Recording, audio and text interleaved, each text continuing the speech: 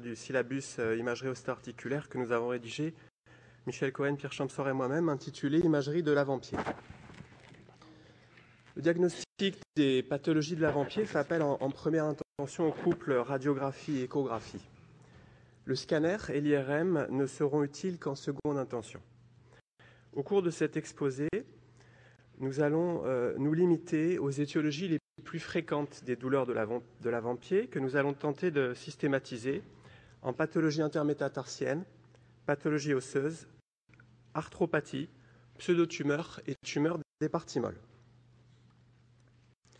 Dans un premier temps, nous allons donc nous intéresser aux pathologies intermétatarsiennes avec la bursite intermétatarsienne et le névrome de Morton. Il se définit comme une fibrose du nerf digital plantaire commun juste avant sa division dans l'espace intercapitométatarsien. Sa fréquence est la plus importante dans le troisième espace intermétatarsien, puis dans le deuxième espace intermétatarsien où il aura l'évolution clinique la plus rebelle, et enfin dans le quatrième espace intermétatarsien. Il est exceptionnel au niveau du premier espace intermétatarsien. C'est une pathologie qui présente une prépondérance féminine, probablement favorisée par le port de chaussures à talons. Il s'agit d'un véritable syndrome canalaire nerveux. Le nerf digital plantaire commun traverse en effet un canal fibreux entre, sur le versant plantaire, le ligament intermétatarsien transverse superficiel et sur le versant dorsal, le ligament intermétatarsien transverse profond. Le bord antérieur du ligament intermétatarsien transverse profond se situe 5 à 10 mm proximalement par rapport à l'interligne articulaire métatarsophalangienne. Et c'est ce bord antérieur du ligament intermétatarsien transverse profond qui va être responsable du conflit avec le nerf digital plantaire de l'espace intermétatarsien concerné.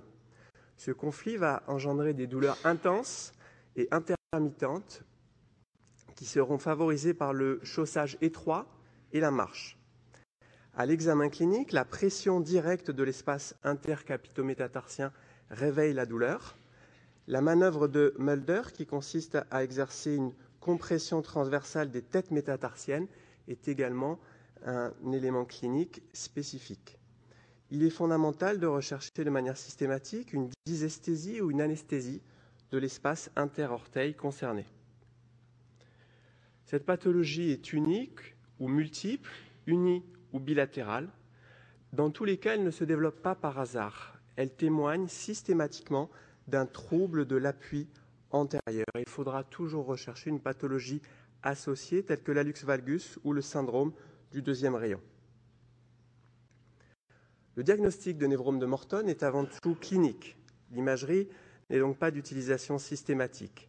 Elle est utile dans les formes atypiques cliniquement pour réaliser le diagnostic différentiel avec le syndrome du deuxième ou éventuellement du troisième rayon et le diagnostic différentiel avec la bursite intermétatarsienne, qui est une entité fréquemment associée au névrome de Morton, comme nous le verrons.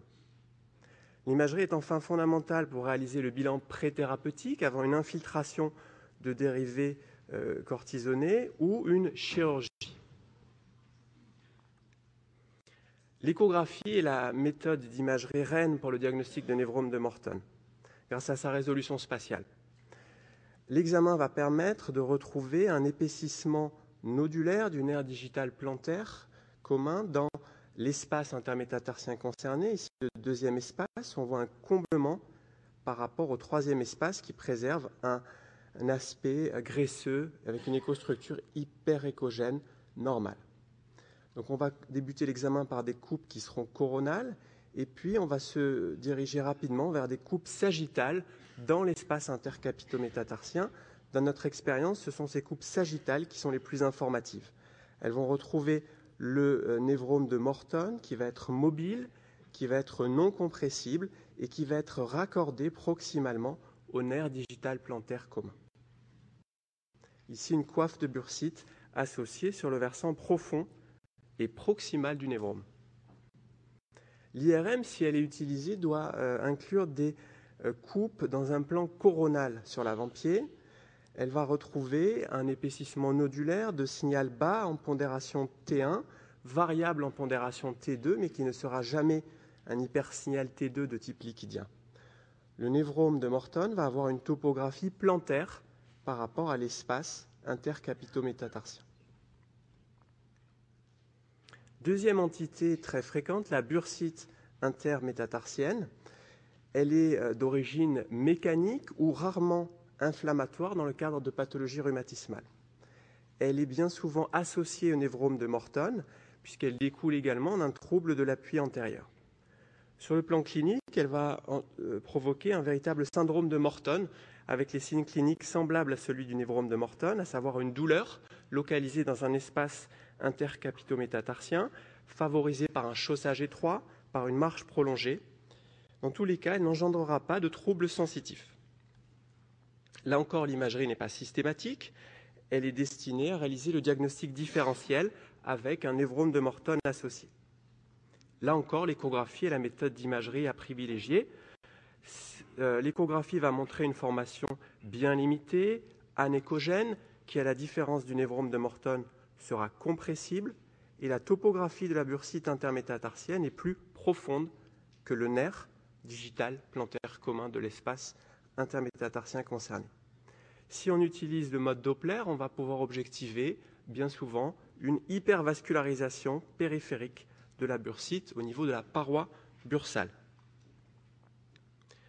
L'IRM n'est encore pas indispensable. Si elle est pratiquée, sur les coupes coronales, on retrouvera un comblement de l'espace intermétatarsien de bas signal T1, de signal élevé en pondération T2 de type liquidien, et puis on retrouvera un épaississement circonférentiel des parois bursales, parfois très marqué. Troisième entité qui n'est pas proprement parlée intermétatarsienne, mais que l'on a choisi de traiter à la suite, puisqu'elle est fréquemment associée au névrome de Morton et ou à la bursite intermétatarsienne. Il s'agit de la bursite sous-capitale. La bursite sous-capitale correspond en fait à une cellulite sous-cutanée. Il n'existe pas anatomiquement d'authentiques bourses sous la tête du deuxième ou du troisième métatarsien. Dans un contexte d'hyperappui, on va avoir des forces de cisaillement sur le tissu sous-cutané plantaire en regard des têtes de M2 et de M3 qui vont engendrer une cellulite sous-cutanée qui va pouvoir engendrer une néobourse. Elle témoigne d'un transfert d'appui sur le deuxième et le troisième rayon, l'appui physiologique étant censé se produire sur les sésamoïdes de l'hallux et sur la tête du cinquième métatarsien. Donc, cette bursite sous-capitale témoigne d'une perte de la concavité plantaire de la palette métatarsienne. Sur le plan clinique, elle va se manifester par une hyperkératose plantaire en regard des têtes des deuxième et troisième métatarsiens. L'échographie permet, si le besoin est ressenti cliniquement, de faire le diagnostic de bursite sous-capitale grâce à la présence d'un infiltrat hypoéchogène mal limité en regard des têtes des deuxième et troisième métatarsiens. L'IRM peut retrouver un œdème sous-cutané ou, dans les stades chroniques, un signal fibreux du tissu sous-cutané plantaire en regard des têtes de M2 et M3. Deuxième groupe de pathologies de l'avant-pied que nous avons choisi de traiter, les pathologies osseuses qui vont être dominées par les fractures de contrainte. Elles vont concerner de façon fréquente les métatarsiens sur toute leur longueur. Il peut s'agir de fractures de la diaphyse, du col, de la tête des métatarsiens. Elles vont prédominer sur les deuxième et troisième rayons. Les facteurs favorisants sont un type d'hypersollicitation physique ou sportive avec la course à pied, la danse, la gymnastique, une marche prolongée, un entraînement militaire ou une prise de poids rapide. La radiographie initiale, attention, est normale pendant la première semaine, voire les 10 premiers jours. Donc elle va ne pas écarter le diagnostic, voire conforter la suspicion clinique. L'échographie sera performante à la phase précoce. Elle va montrer initialement un hématome sous périostée, puis une apposition périostée, comme dans le cas présent, avec un cône d'ombre postérieur, correspondant à une minéralisation débutante de cette apposition périostée. Elle va montrer un œdème des parties molles qui peut être très important et, en mode Doppler, une hypervascularisation périosseuse. L'IRM peut être également pratiquée dans la phase dite précoce, des 10 premiers jours. Elle va être à même d'assurer le diagnostic avec un signal de type œdémateux de la moelle osseuse du métatarsien concerné et un œdème des parties molles qui peut être très important, parfois pseudo-tumoral. La radiographie va se positiver simplement après une dizaine de jours d'évolution par la présence d'une apposition périostée qui va ensuite s'associer à une bande transversale de sclérose et la radiographie sera utile lors du suivi du patient pour voir la formation d'un cal osseux avant la reprise éventuelle des activités physiques et sportives.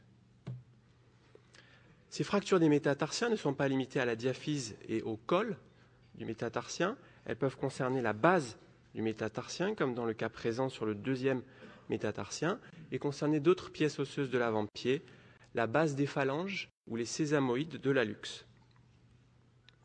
Une entité très singulière est la fracture de la tête métatarsienne. Cette fracture de la tête métatarsienne va prédominer sur les deuxième et troisième rayons. Il s'agit d'une fracture sous-chondrale. Elle va engendrer un méplat sur le versant distal et dorsal de la tête métatarsienne, en IRM se manifester par la présence d'une bande sous-chondrale en hyposignal T2 et un important œdème osseux et périosseux. Et puis à la radiographie, on va avoir, après au moins 2 semaines d'évolution, une sclérose sous-chondrale de la tête métatarsienne. La maladie de Freiberg a été initialement décrite comme une ostéochondrite de la tête du deuxième métatarsien ou éventuellement du troisième métatarsien sur un métatarsien long. C'est une entité qui a été décrite chez le sujet jeune avec une légère prépondérance féminine. Vraisemblablement, elle est le stade qui suit une fracture sous-chondrale de la tête métatarsienne, fracture sous-chondrale qui va engendrer une déformation de la tête métatarsienne, une incongruence articulaire et une arthropathie métatarsophalangienne. Ces fractures des têtes métatarsiennes sont donc très importantes à identifier. Elles sont parfois multiples, donc il ne faut pas se limiter au diagnostic satisfaisant intellectuellement d'une fracture, mais rechercher des fractures des autres métatarsiens ou d'autres pièces osseuses du métatarse ou du tarse. Elles peuvent également se voir dans des contextes de pieds diabétiques, en cas de neuroarthropathie diabétique, et peuvent faire évoquer à tort des tableaux d'ostéoarthrite, sauf qu'il n'y a pas de mal perforant en regard. Autre entité, la sésamoïdite. Il s'agit d'une atteinte mécanique, microtraumatique des sésamoïdes de l'hallux. Ce sont ces sésamoïdes qui vont supporter une grande partie de l'appui antérieur. Dans un contexte physiologique, l'appui est réparti entre ces sésamoïdes de l'hallux et la tête du cinquième métatarsien. L'atteinte va être plus fréquente sur le sésamoïde latéral que sur le sésamoïde médial pour des raisons biomécaniques. L'IRM va permettre le diagnostic précoce de cette entité qui est invalidante cliniquement. Elle va pouvoir montrer soit un simple œdème osseux, soit une fracture de contrainte. Elle va retrouver les signes associés au niveau des parties molles, la synovite métatarsophalangienne du premier rayon et la ténosynovite du long fléchisseur de l'hallux, souvent associés. La radiographie, quand elle est pratiquée, doit comporter des incidences permettant de dégager directement les sésamoïdes de l'hallux. Elle va se positiver tardivement par rapport à l'IRM et être susceptible de montrer des modifications trophiques du sésamoïde, qu'il s'agisse d'une densification ou d'une fragmentation du sésamoïde concerné. Troisième grande famille de pathologies, les arthropathies. Tout d'abord, le syndrome du deuxième rayon. Il s'agit d'une atteinte qui débute sur le ligament plantaire ou plaque plantaire de l'articulation métatarsophalangienne du deuxième rayon. Ce ligament plantaire est un fibrocartilage stabilisateur de l'articulation métatarsophalangienne. En cas de deuxième métatarsien long, il va subir des contraintes mécaniques importantes, des microtraumatismes qui pourront déboucher sur un étirement, une fissure, voire une rupture de ce ligament ou plaque plantaire. La clinique comporte une douleur locale, une tuméfaction sur le versant dorsal de l'articulation métatarsophalangienne. Au stade tardif, une déviation médiale et sagittale du deuxième orteil, et également une hyperkératose locale. L'échographie est, une fois de plus, une méthode d'imagerie extrêmement performante pour l'avant-pied. Dans le cadre du syndrome du deuxième rayon, elle va être à même de montrer une synovite métatarsophalangienne, qui est un élément très précoce. Elle va être à même de nous montrer constamment le ligament plantaire ou plaque plantaire. C'est la structure que l'on retrouve ici sur le versant plantaire de la tête du deuxième métatarsien et qui vient s'interrompre ici. Ce ligament plantaire peut être simplement aminci, peut être fissuré, la fissure étant le plus souvent distale, c'est-à-dire en regard de l'insertion sur la base de la phalange proximale de l'orteil, ou centrale. Et puis il peut être rompu, comme dans le cas présent, avec un aspect de tête métatarsienne décoiffée qui vous rappelle l'échographie de la coiffe des rotateurs à l'épaule. Troisième point sémiologique que l'on va pouvoir diagnostiquer en échographie, c'est une ténosynovite du fléchisseur de l'orteil associée. Et enfin, les coupes dorsales vont être très importantes pour rechercher, comme ici, une subluxation dorsale de la base phalangienne par rapport à l'extrémité du deuxième métatarsien. La radiographie va être souvent décevante à la phase initiale de ce syndrome du deuxième rayon. Elle pourra montrer des signes indirects tels qu'un deuxième ou troisième métatarsien long. Elle pourra montrer dans de rares cas un élargissement de l'interligne métatarsophalangien qui traduirait un épanchement articulaire dans le cadre d'une synovite. Au stade tardif, elle va être en revanche d'un grand apport diagnostique, montrer une déviation médiale du deuxième orteil, puis une subluxation dorsale de la base phalangienne. Deuxième grande arthropathie qui est à la mode dans les congrès nationaux et internationaux, le turf toe, qui est une entité décrite chez les footballeurs américains jouant sur des surfaces synthétiques dures avec des chaussures souples. Il s'agit sur le plan lésionnel d'une rupture du ligament plantaire ou plaque plantaire de l'articulation métatarsophalangienne du premier rayon lors d'un traumatisme en hyperextension de cette articulation métatarsophalangienne du premier rayon. Cette rupture du ligament plantaire va engendrer des lésions ostéochondrales à type de chondropathie et de modification osseuse sous-chondrale sur la tête du premier métatarsien. Actuellement, la majorité des auteurs admettent une définition plus élargie qui va inclure toutes les lésions capsulo-ligamentaires et les lésions ostéochondrales de l'articulation métatarsophalangienne du premier rayon rencontrées dans la pratique sportive. L'échographie va être un élément extrêmement important. Elle va non seulement permettre l'analyse directe du ligament plantaire de l'articulation métatarsophalangienne du premier rayon, montrer une rupture, montrer une synovite. Elle va pouvoir également, sur les coupes médiales, montrer un épaississement cicatriciel du ligament collatéral médial de cette articulation métatarsophalangienne du premier rayon, et puis, dans quelques cas, montrer des corps étrangers, par voie plantaire ou dorsale, corps étrangers, qui apparaîtront hypercogènes. Chez les sujets généralement plus âgés, dans des contextes plutôt dégénératifs que d'activité sportive, l'arthrose est particulièrement fréquente au niveau de l'avant-pied et elle prédomine sur le premier rayon. Deux grands profils sont décrits depuis bien des années.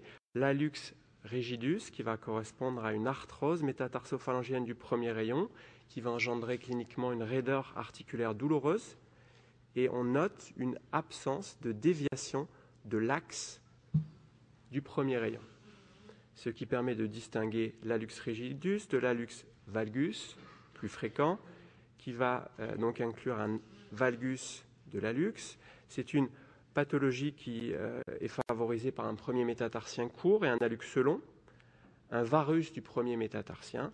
C'est une pathologie qui va s'associer à une subluxation, voire une luxation stade tardif latérale des sésamoïdes de l'hallux. Les arthropathies microcristallines également sont tout à fait possibles, voire fréquentes au niveau de l'avant-pied, en particulier la goutte, qui va avoir une prédilection pour l'articulation métatarsophalangienne du premier rayon. Les dépôts d'urate de sodium seront intra- et péri-articulaires. la radiographie va montrer la présence d'érosions qui seront bien limitées, de topographie para-articulaire, un interligne articulaire qui sera conservé. Elle peut montrer également la présence de tophies qui vont apparaître denses radiographiquement. Les innovations en imagerie sont le scanner double énergie qui permet le diagnostic précoce et spécifique des dépôts d'urate de sodium. Ça peut être utile dans les formes atypiques de gouttes.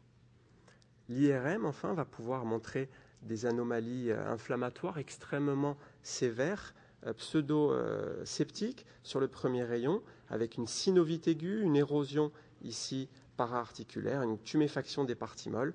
Et puis au stade tardif, l'IRM est tout à fait à même de montrer les tophies goutteux. Les rhumatismes inflammatoires concernent également très fréquemment l'avant-pied, en particulier la polyarthrite rhumatoïde. C'est même un des sites qui permet le diagnostic de cette maladie. Elle va affecter les articulations métatarsophalangiennes. La radiographie va montrer des signes au stade tardif, les érosions osseuses marginales, la déminéralisation sous-chondrale, le pincement de l'interligne articulaire globale. L'échographie, associée au mode Doppler, est d'un intérêt tout particulier car elle montre des signes qui seront précoces et permet de quantifier l'activité de la maladie en s'intéressant aux synovites métatarsophalangiennes, aux ténosynovites, des fléchisseurs extenseurs des orteils, aux éventuelles bursites intermétatarsiennes, et va permettre de manière plus sensible que la radiographie de retrouver des érosions osseuses, en particulier sur les premiers et cinquièmes métatarsiens, qui sont les plus accessibles en échographie grâce aux coupes respectivement médiales et latérales sur l'avant-pied.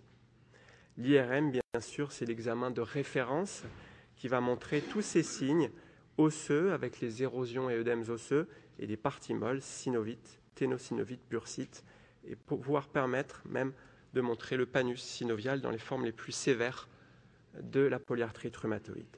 Dernière grande famille de pathologies que l'on a décidé d'inclure dans cette présentation, les tumeurs et pseudo-tumeurs des parties molles.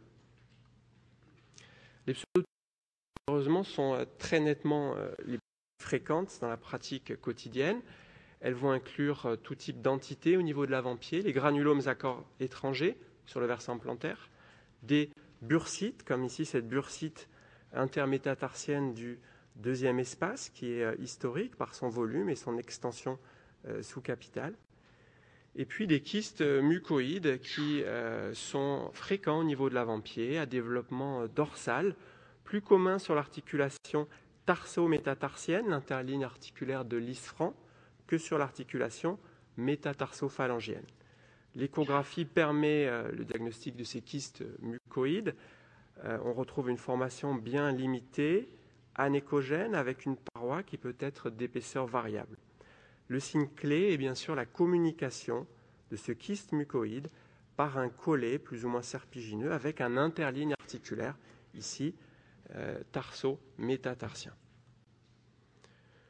Une autre entité, la fibromatose plantaire ou maladie de Lederhose, qui est une atteinte du fascia plantaire superficiel, en particulier de sa portion centrale, et en particulier du versant médial de sa portion centrale.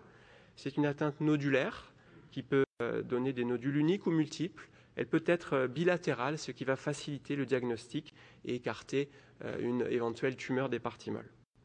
L'échographie est particulièrement performante. Elle va s'efforcer non pas de décrire l'écostructure du fibrome plantaire, qui peut être parfois étonnante, mais avant tout de retrouver un raccordement avec le fascia plantaire superficiel, ce qui va être pathognomonique de cette entité. Si on utilise le mode Doppler, il ne faut pas être surpris de voir dans certains cas une vascularisation extrêmement importante de ces fibromes plantaires ou parfois une vascularisation absente. C'est tout à fait variable. L'IRM de même va être non spécifique pour ce qui est du signal du fibrome plantaire, mais très spécifique et pathognomonique si elle retrouve un raccordement avec la portion centrale du fascia plantaire superficiel. Le signal, le rehaussement, si on a choisi d'injecter du gadolinium, sont variables. Les malformations veineuses, elles sont possibles au niveau de l'avant-pied, elles sont possibles un petit peu partout dans le corps humain. Ce sont des malformations histologiquement veineuses ou véno-lymphatiques. Elles vont se présenter comme partout ailleurs, sous forme de masses polylobées, bien limitées. Leur extension ne respecte pas les barrières anatomiques entre les compartiments, c'est transcompartimental. Les signes évocateurs, au-delà de l'hypersignal pondération T2 qui est marqué, les signes les plus évocateurs sont la présence de graisse intralésionnelle ou de phlébolites qui vont vous mettre sur la piste du diagnostic de malformation veineuse. Les atteintes synoviales sont possibles sans fréquence particulière au niveau de l'avant-pied.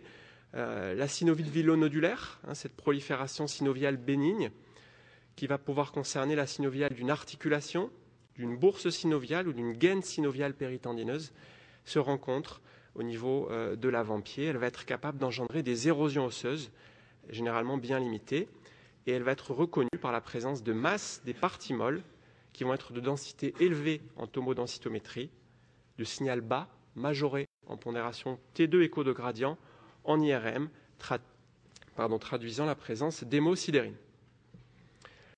Les tumeurs bénignes, donc il s'agit maintenant non plus de pseudo-tumeurs, mais d'authentiques tumeurs des parties molles. Les tumeurs bénignes sont les plus fréquentes et de loin. Il s'agit au niveau de l'avant-pied majoritairement de tumeurs graisseuses ou lipomes, de tumeurs nerveuses généralement bénignes. Le schwannome ou le neurofibrome se rencontrent de façon itérative en pathologie tumorale de l'avant-pied. Les tumeurs malignes sont exceptionnelles chez l'adulte jeune ou d'âge moyen. Il faudra penser au synovialosarcome devant des masses des parties molles à développement rapide, comportant d'éventuelles calcifications qui sont présentes dans à peu près un tiers des cas.